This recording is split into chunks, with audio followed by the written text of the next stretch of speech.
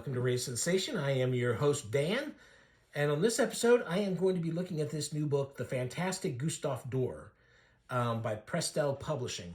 Now, I didn't know this book was even available until last month when I reviewed the latest issue of Illustrators magazine.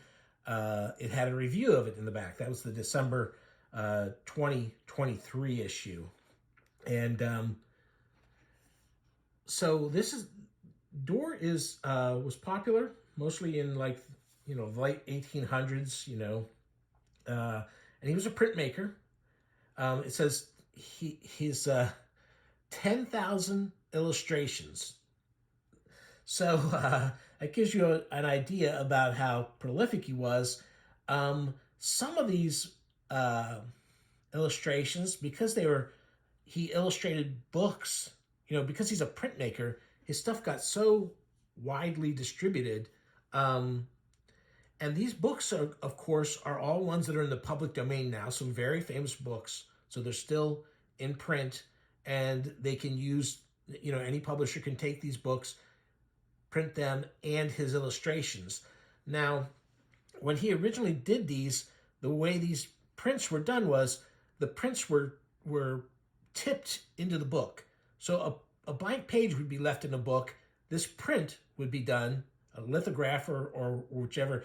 He had 3 different techniques he usually used, but then it would be lightly glued to a page in there, or sometimes it was just tipped into a, they would find another way to put it in there. And so nowadays when they're reprinting these, they are not doing it that way, of course. And the way his work is done with this fine line, it can easily get messed up. So there's a lot of Dore out there that looks subpar. So to get this fantastic book, this really well printed version of these illustrations is fantastic. I'm going to flip through this pretty quick. I'm not going to take a long time. You'll quickly discover whether or not this is of interest to you. And like I said, he's out there. There's Gustavo himself. The book is broken up into 4 main parts. The first chapter is a short chapter on the printmaking techniques he used, and it's really quite good. And then there's his illustrations for the books. Then his humorous drawings he did for different places, these caricatures. And then at the end, they show some of his paintings in watercolors. And here it gives a nice rundown of, wood engraving techniques, etchings, and lithography, which were the main ways his prints were made. And now, the way I knew Dore is because of, in the early 70s, Ray Harryhausen, a great special effects master, he did stop motion, put out the first edition of his book, Ray Harryhausen's Scrapbook. And in it, he talked about one of his main influences, of course, was seeing King Kong, the original black and white from 1933, with special effects by Willis O'Brien. And the other thing was that at the time, he was also very interested in Dore, because his books and pictures were still pretty common. They had been kept in print and were pretty available.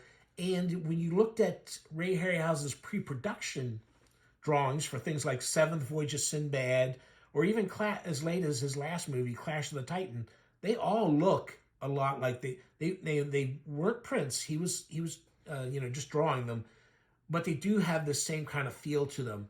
And that's how I first got interested in him and looked into him more. And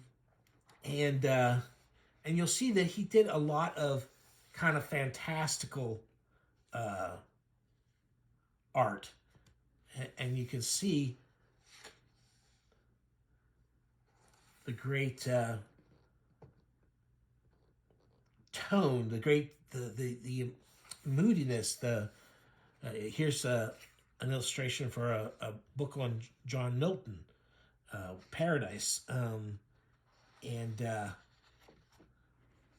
you can see the effects here. This is, would be the equivalent of the hatching that cartoonists do, and his art was a really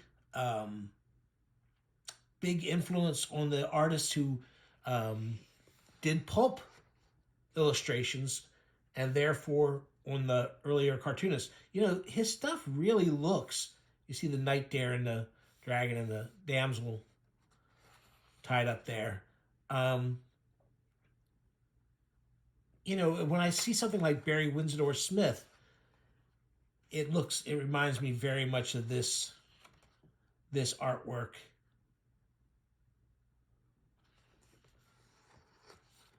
And now a lot of the pictures in here that I'm not showing you are moody, atmospheric landscapes and portraits and stuff like that. But there is a lot of stuff in here that would be of interest to people who are really into fantasy illustrations. And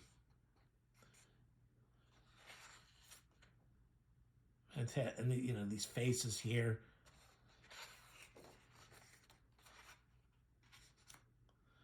And there's people being tortured in hell.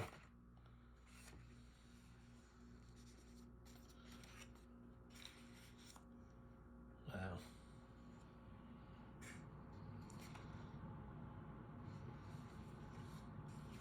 This is from these are some Poe illustrations he did.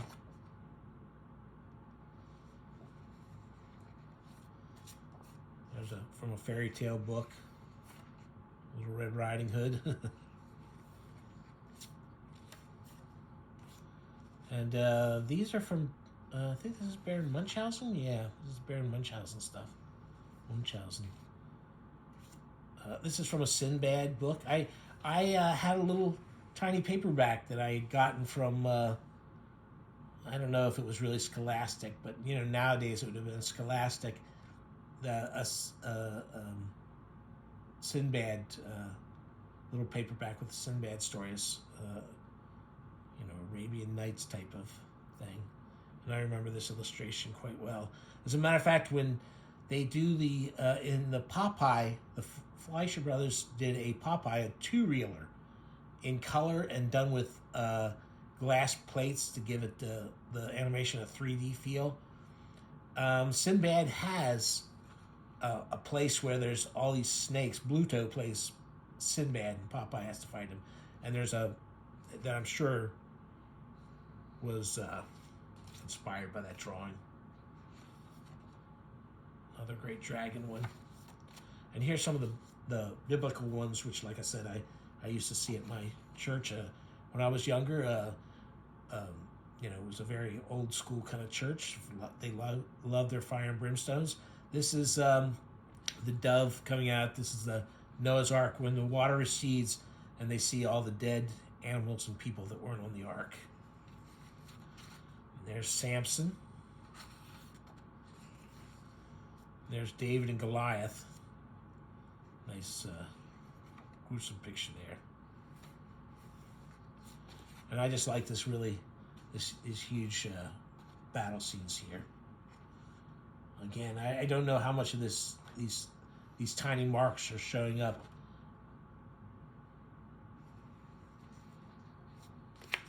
And he also did drawings when he was traveling. That's and here I thought I'd show a couple of the paintings. Andromeda.